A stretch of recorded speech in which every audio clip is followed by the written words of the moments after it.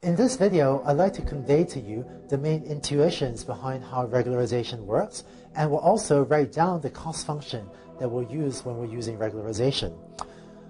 With the hand-drawn examples that we'll have on these slides, I think I'll be able to convey part of the intuition, but an even better way to see for yourself how regularization works is if you implement it and sort of see it work for yourself. And if you do the programming exercises after this, you get a chance to sort of see regularization in action for yourself. So here's the intuition. In the previous video, we saw that if we were to fit a quadratic function to this data, it gives us a pretty good fit to the data.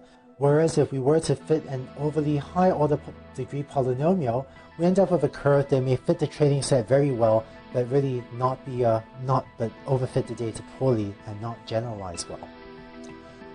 Consider the following. Suppose we were to penalize and make the parameters theta 3 and theta 4 really small. Here's what I mean. Here's our optimization objective, or here's an optimization problem where we minimize our usual squared error cost function.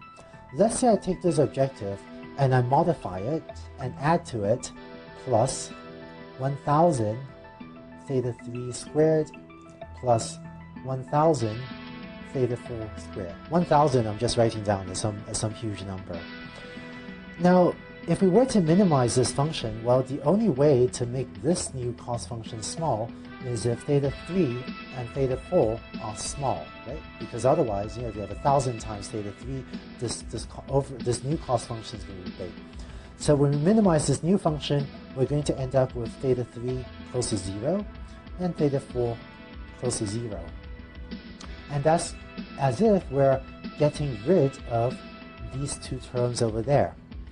And if we do that, well then, if theta 3 and theta 4 are close to 0, then we're basically left with a quadratic function, and so we'll end up with a fit to the data that's, a quadratic function plus maybe tiny contributions from small terms, theta 3, theta 4, that are maybe very close to 0.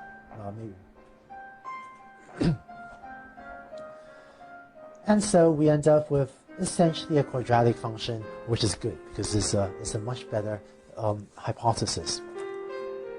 In this particular example, we looked at the effect of penalizing two of the parameter values being large.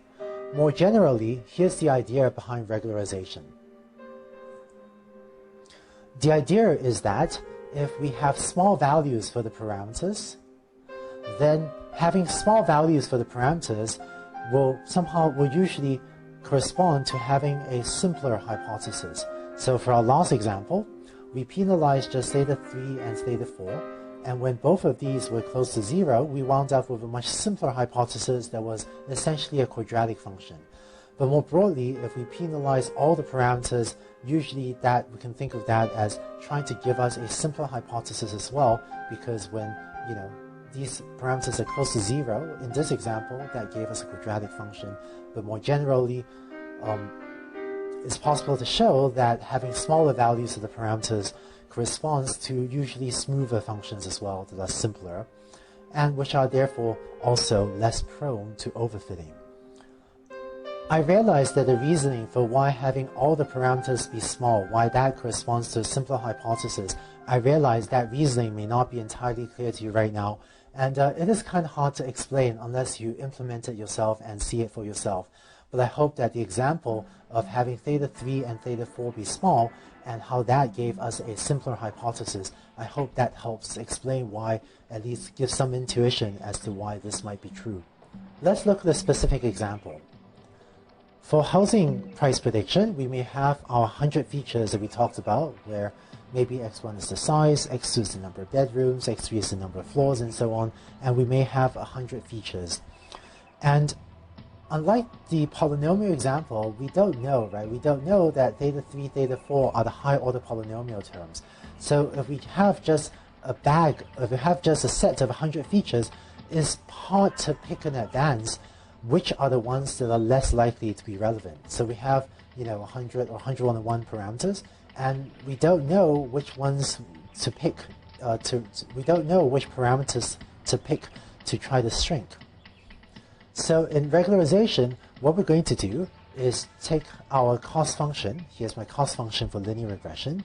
And what I'm going to do is modify this cost function to shrink all of my parameters, because I don't know which one or two to try to shrink. So I'm going to modify my cost function to add a term at the end, like so. Let me add square brackets here as well. I'm going to add an extra regularization term at the end to shrink every single parameter. And so this term will tend to shrink all of my parameters, theta 1, theta 2, theta 3, up to theta 100.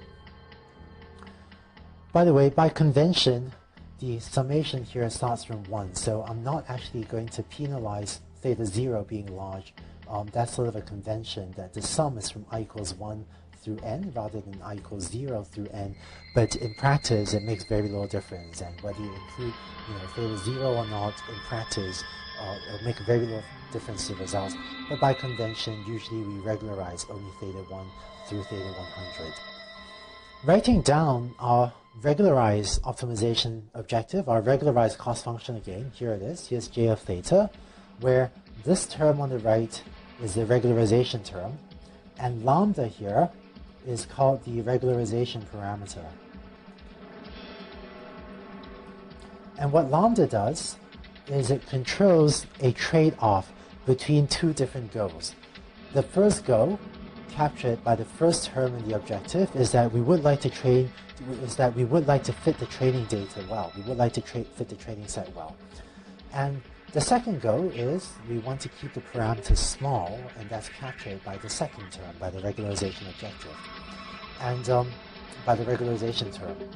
And what lambda, the regularization parameter, does is it controls the trade-off between these two goals, between the goal of fitting the training set well and the goal of keeping the parameters small, and therefore keeping the hypothesis relatively simple to avoid overfitting. For our housing price prediction example, whereas previously if we had fit a very high order polynomial, we may have wound up with a very sort of wiggly or curvy function like this. If you still fit a high order polynomial with all the polynomial features in there, but instead you just make sure to use this sort of regularized objective, then what you can get out is in fact a curve that isn't quite a quadratic function, but is much smoother and much simpler, and maybe a curve like the magenta line that fits, that gives a much better hypothesis for this data. Once again, I realize it can be a bit difficult to see why shrinking the parameters can have this effect, but if you implement this algorithm yourself with regularization, you will be able to see this effect firsthand.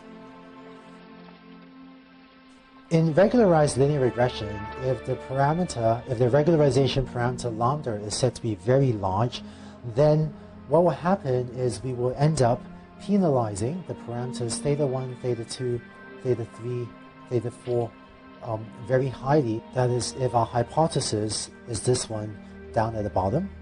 And if we end up penalizing theta 1, theta 2, theta 3, theta 4 very heavily, then we'll end up with all of these parameters close to 0. Right? Theta 1 will be close to 0, theta 2 will be close to 0, theta 3 and theta 4 will end up being close to 0. And if we do that, it's as if we're getting rid of these terms in our hypothesis, so that we're just left with a hypothesis that looks like that. It says that, well, housing prices are equal to theta 0, and that is akin to fitting a flat horizontal straight line to the data. And this is an example of underfitting. And in particular, this hypothesis, this straight line, it just fails to fit the training set well. It's just a flat straight line. It doesn't go, it doesn't go anywhere near most of our training examples. And another way of saying this is that this hypothesis has too strong a preconception or too high a bias that housing prices are just equal to theta 0. And despite the clear data to the contrary, it chooses to fit this sort of flat line, just a flat horizontal line. I didn't draw that very well.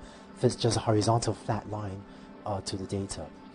So for regularization to work well, some care should be taken to choose a good choice for the regularization parameter lambda as well. And when we talk about model selection later in this course, we'll talk about a variety of ways for automatically choosing the regularization parameter lambda as well. So that's the idea behind regularization and the cost function we'll use in order to use regularization. In the next two videos, let's take these ideas and apply them to linear regression and to logistic regression so that we can then get them to avoid overfitting problems.